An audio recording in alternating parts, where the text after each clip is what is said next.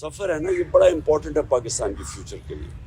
سو اس لیے ہم خاص طور پہ داد دیتے ہیں اپنے سپریم کورٹ پہ کہ جب واضح ہم نے اپنی گورنمنٹس قربان کی، آئین کو دیکھتے ہوئے وکیلوں کے ساتھ پہلے بیٹھے، وکیلوں نے ہمیں شور کیا کہ 90 دن سے آگے جا ہی نہیں سکتا، پھر ہم نے اپنی حکومتیں قربان کی.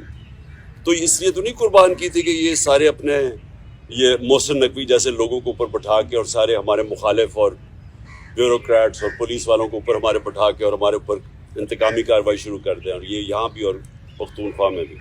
ہم نے تو اس لیے کیا تھا کہ ہم نے کہا کیئر ٹیکر آئے گا اور اس کے بعد 90 دن میں الیکشن ہوگی. تو یہ اس سے پیچھے ہٹ رہے تھے. اور یہ بھی کہ اتنا آگے نکل گیا، یہ بھی صاف آئین کی خلاف ورزی ہے ابھی بھی، کیونکہ اب یہ ظاہر ہے یہ وہ جو 90 دن کے بیچ میں نہیں ہو سکتا کیونکہ انہوں نے اتنا ڈیلے کر دیا. تو اپنی عدلیہ کو پہلے تو میں خراج تحسین پیش کرتا ہوں، اور یہ اپنے ملک کے لیے بھی یہ بڑی خوشائن چیز ہے. دوسرے جو ماشاءاللہ ہماری سب سے بڑی پارٹی ہے پاکستان میں اپنی جوڈیشری کو یہ آج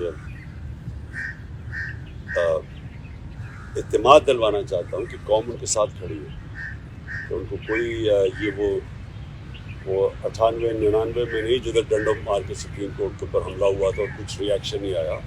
بہت بڑا ریئیکشن آئے گا پاکستان کے اندر. تو یہ ہم نے بھی سارا وائرل ہوا یہ جو کلپ ہے، اور میں صرف اپنے ججز کو یہ شیورٹی دینا چاہتا ہوں کہ ہم سب کھڑے ہیں. دوسری چیز کی میں نے بات کرنی تھی وہ یہ، آج بابر اعوان نے ایک پریس کانفرنس کیا. دیکھیں، پہلے تو 17 مجھے قصے ہیں. میں نے جن 3 لوگوں کے نام لیے تھے میرے اوپر جب واردات ہوئی، تو میں نے ان تینوں کے نام لیے.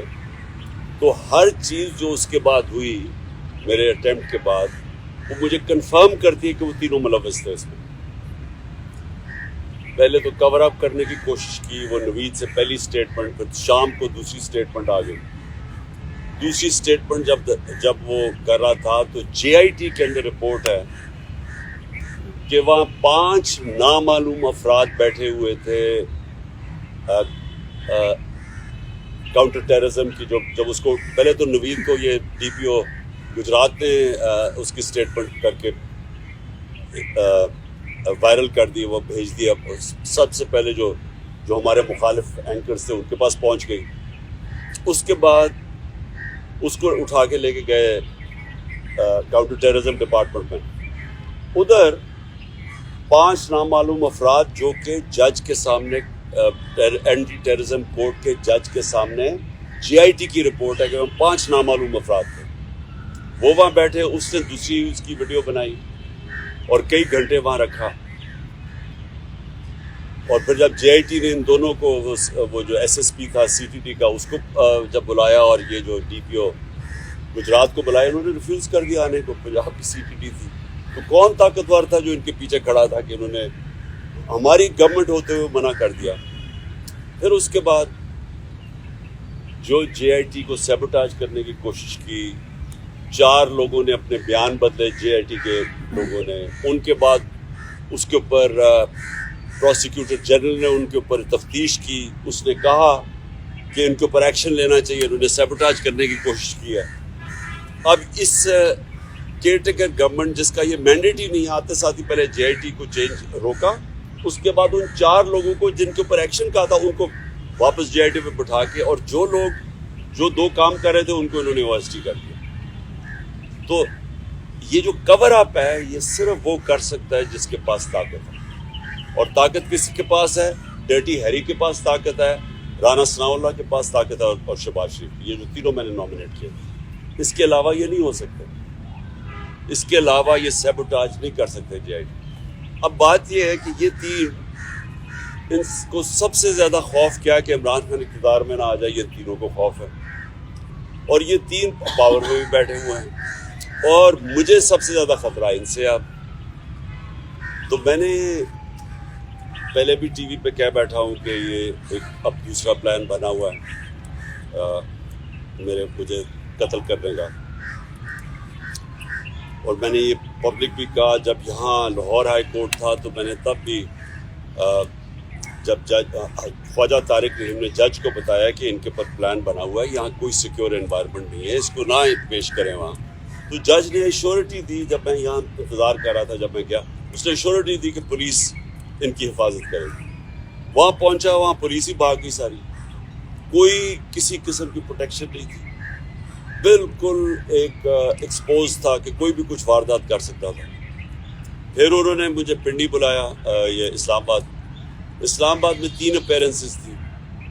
وہاں آج بابر اعوان نے جو اندر کے کیمراز تھے, جو سی سی ٹی وی کیمراز تھے, وہ بند کیے گئے. جو وہاں سیکیورٹی کے لوگ تھے وہ وہاں سے غائب تھے, کوئی سیکیورٹی نہیں تھی. سی سی ٹی وی کیمراز بند کیے گئے, اور بالکل کسی پروٹیکشن کے بغیر میں تینوں عدالتوں کے اندر ایکسپوز تھا. اب سوال یہ ہے کہ یہ کس کا انٹرسٹ میں ہے کہ مجھے کون آپ پروٹیکٹ کرے گا؟ جنہوں نے پروٹیکٹ کرنا ان سے ہی خطرہ ہے. تو عدالت سے ہم اب کوشش کریں گے, سپریم کورٹ کے چیف جسٹس کو بھی میں اب لکھوں گا اپنے وکیلوں سے, ہائی کورٹ کے بھی چیف جسٹس کو, کہ یہ آپ ہماری باری تو جب نواز شریف فیک بیماری ہوئی تھی اس کو, کیونکہ اب تو پتہ چل گیا نا کہ جنرل بیماری نہیں تھی, تو ہمیں ایک جج صاحب نے, میں پرائم منسٹر تھا, انہوں نے کہا کہ اگر اس کو کچھ ہو گیا تو ہم ذمہ دار ہیں. تو مجھے کچھ ہو گیا تو کون ذمہ دار ہے؟ کیونکہ وہ جنہوں نے کچھ کرنا ہے وہی ان کا کام ہے میری حفاظت کرنا. اور دوسری چیز کہ جو نوید جس نے میرے پر قاتلانہ حملہ کیا تھا, اب اس کو عدالت میں نہیں پیش کیا جاتا, اس کی جیل کے اندر اس سے بات چیت کی جاتی ہے کیونکہ اس کی جان کو خطرہ ہے.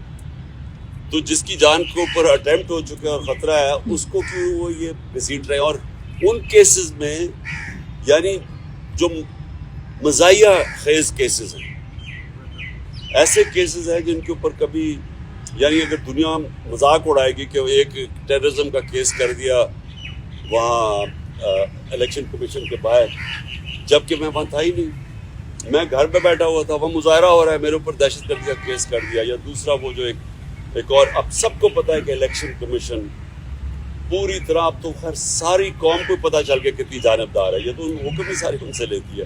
اس نے کیسز کیا فورن فنڈنگ کا, وہ بھی کوئی کیس نہیں ہے, اب وہ چینج ہو گیا پروہیبٹیو فنڈنگ کا. اور دوسرا یہ ہے یہ توشہ خانہ کا کیس, وہ بھی میں اب سب کے سامنے کہ جس وقت وہ دونوں کیسز عدالت میں گئی اوور ٹرن ہو جائیں کیونکہ کیسز ہی نہیں ہیں, تو ان کے اوپر مجھے بلایا جا رہا ہے اور میری جان کو اگست کر رہا ہے. تو اس کے اوپر ہم انشاءاللہ اپنے وکیلوں کے ساتھ بیٹھ کے اپروچ کریں گے سپریم کورٹ.